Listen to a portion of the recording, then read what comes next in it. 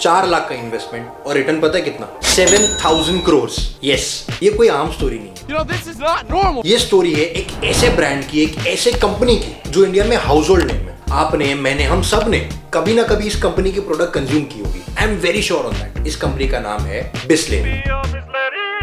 Yes, I am talking about Mr. Chauhan of Bisleri, Mr. Chauhan of Parle Exports. Let's understand how did Bisleri become such a huge brand और इतना return कहाँ से मिला? Let's decode this simply. Mr. Chauhan यानी the founder of Parle Exports. He had a good cold drinks portfolio. उनके पास Gold Spot था. He had a lot of other cold drinks जो वो मार्केट में बेच रहे थे. बट तब उन्होंने सोचा कि इंडिया में उनके पास उनके पोर्टफोलियो में there is a chance to add a branded soda, क्योंकि उस टाइम पे ब्रांडेड सोडा की बहुत डिमांड बढ़ने लगी थी from hotels, from B2B customers, from retail customers. तब he decided to buy a soda brand. 1969 में he bought Bisleri to add Bisleri soda to his portfolio because Bisleri soda was very popular from an Italian businessman. Yes, Mr. Chauhan did not found Bisleri. He just bought it for a mere 4 lakh rupees. अब देखते ही देखते Mr. Chauhan was a very successful business person. In 1993, he sold all of his cold drinks portfolio to Coca-Cola for 186 crores. तब तक Parle Exports से Mr. Chauhan ने बिस्लेरी को as a bottle water industry नहीं सोचा था। मतलब तब तक ऐसी कोई इंडस्ट्री एग्जिस्ट ही नहीं करती थी, पानी की कोई इंडस्ट्री नहीं थी। Bisleri was just soda for him. But 1993 में when he sold his cold drinks portfolio to Coca-Cola, he thought कि चलो now this is the need of the hour. Let's focus on the water industry.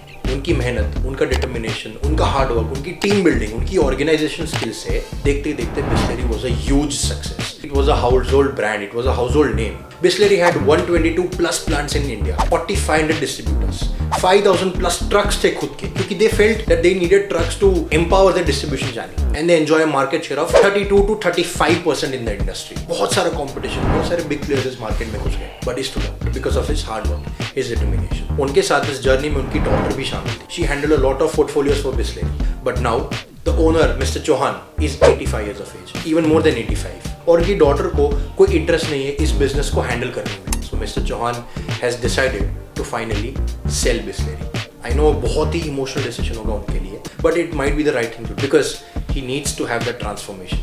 Company को आगे बढ़ाना. I mean the show must go on, right? और पता है ये कौन लेने वाला है? It is rumour that Tatas are going to buy Bisleri. Tatas के लिए, टाटा कंज्यूमर प्रोडक्ट्स को बढ़ाने के लिए Bisleri would be the perfect product. Even Mr. Chauhan would be very happy अगर टाटाज ये प्रोडक्ट बाई करते हैं, because Tatas have the capacity to take this product to the world and make India synonymous with Bisleri.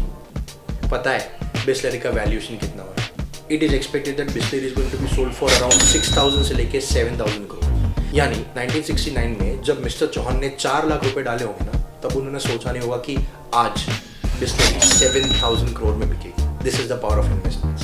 This is the power of business. This is the power of entrepreneurship. This is the power of opportunities. India is a land of opportunities. So इस story के बाद, at least you would be motivated to do what you want. So what are you waiting for? Stand up, get up, and achieve that.